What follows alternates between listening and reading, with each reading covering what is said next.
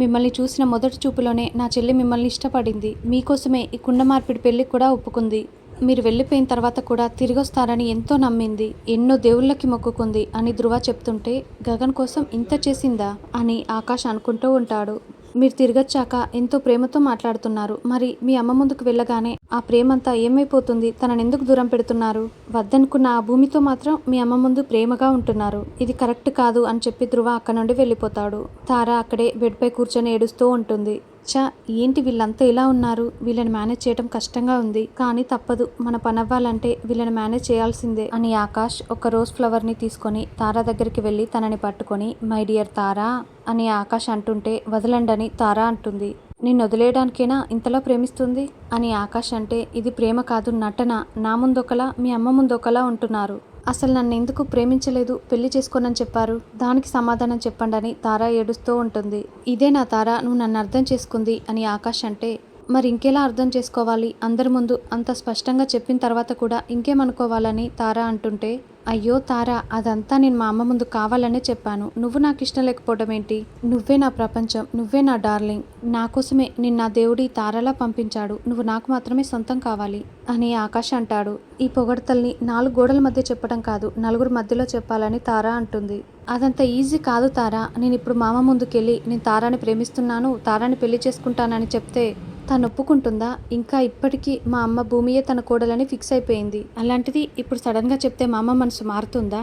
నేనున్నాను కదా, మెల్లగా టైం చూసుకొని చెప్తానని ఆకాష్ అంటాడు. మరి మీ అమ్మ మన పెళ్లికి ఒప్పుకోవాలంటే ఏం చేయాలని తార అంటే ఏం లేదు తార, నువ్వు మా అమ్మకి దగ్గర అవ్వాలి, ఆమెతో ప్రేమగా ఉండాలి. భూమి కంటే తారనే మంచిదని మా అమ్మ కనిపించాలి. అప్పుడు మా అమ్మే మన ఇద్దరి చేతుల్ని కలిపి మనకి పెళ్లి చేస్తుంది అని ఆకాష్ అంటే అది నా వల్ల అవుతుందా? అసలు మీ అమ్మని చూస్తేనే నాకు భయం. పైగా నేను చాలాసార్లు ఆవిడతో గొడవ పడ్డాను. అసలు ఆవిడకి నేను అంటేనే ఇష్టం లేదు అని తార అంటుంది. అయ్యో తార, ప్రేమ కోసం యుద్ధాలు చేసిన వారే ఉన్నారు. నువ్వు నా కోసం మా అమ్మని ఇంప్రెస్ చేయలేవా అని ఆకాష్ అంటాడు. ఇక తార ఆలోచిస్తూ ఉంటే ఆకాష్ తార మొబైల్లో ఉన్న రికార్డ్స్ని డిలీట్ చేయడానికి ట్రై చేస్తూ ఉంటాడు. అంటే మీరు ఆ వ్రతంలో భూమితో కూర్చున్నా కూడా ఏం ప్రాబ్లం లేదంటారా అని తార అంటే అస్సలు లేదు తార, నువ్వు వీటి గురించి ఏమీ ఆలోచించకు. ప్రేమ అనేది ఇక్కడుండాలి. ఈ వ్రతాలు ఇవన్నీ మనుషుల జీవితాన్ని మార్చలేవు. అయినా నీకో విషయం చెప్పనా? భూమిని నా భార్యగా వాళ్ళ నాన్న ఎప్పటికీ ఒప్పుకోడు. ఈ రోజు కాకపోతే రేపైనా ఆ విషయం మా అమ్మకు అర్థమవుతుంది. అప్పుడు ఆమె ముందు ఉండే ఒకే ఒక ఆప్షన్ నువ్వే.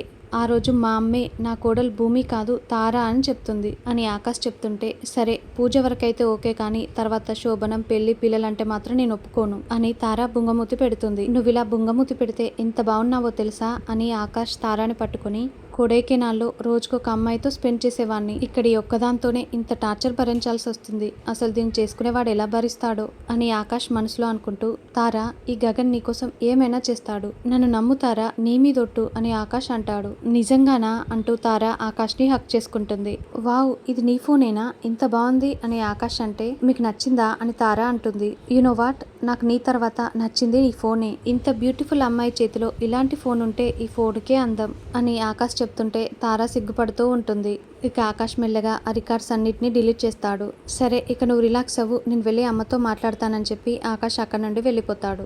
ఏమైంది నాన్న, తనతో మాట్లాడేశావా అని శారద అంటే చెప్పేశానమ్మా, తన మొహం మీదే చెప్పేశాను. నువ్వు ఈ పెళ్లి గిల్లి ఇలాంటి ఆలోచనలు ఏవి పెట్టుకోకని, మా అమ్మకి కోడలంటే భూమి మాత్రమే అని చెప్పేశాను అని ఆకాష్ చెప్పటంతో ఇక శారద పూరీలు సంతోషపడుతూ ఉంటారు. అమ్మ, ఇక వ్రతానికి ఏ ఆటంకాలు లేవా? నేను పూజకు కావాల్సిన ఏర్పాట్లు చేసుకోనా అని పంతులు గారంటే చేసుకోండి పంతులు గారని శారద చెప్తుంది. ఇంకోవైపు మీరా అన్నయ్య అంటూ కేకలు పెట్టడంతో శరత్చంద్రతో పాటు అపూర్వ అందరూ కూడా హాల్లోకి వస్తారు. అన్నయ్య ఈయన ఇంట్లో ఉండరంట అని మీరా ఏడుస్తూ చెప్తుంటే మళ్ళీ ఏమైంది కేపీ అని శరత్చంద్ర అపూర్వ అడుగుతూ ఉంటారు. నేను ఈ ఇంట్లో ఉండను, అసలు నాకు ఇంట్లో మనశ్శాంతే లేదు అని కేపీ చెప్తుంటే ఏమైందండి, నేనేమైనా మిమ్మల్ని ఇబ్బంది పెట్టానా? మిమ్మల్ని సరిగ్గా చూసుకోవట్లేదా? నా ప్రేమలో ఏదైనా లోపం ఉందా చెప్పండి అని మీరా ఏడుస్తూ ప్రశ్నిస్తూ ఉంటుంది. ఏమో అవన్నీ నాకు తెలీదు, నేను మాత్రం ఇక్కడ ఉండలేను, నాకు చాలా భారంగా అనిపిస్తుందని కేపీ అంటాడు.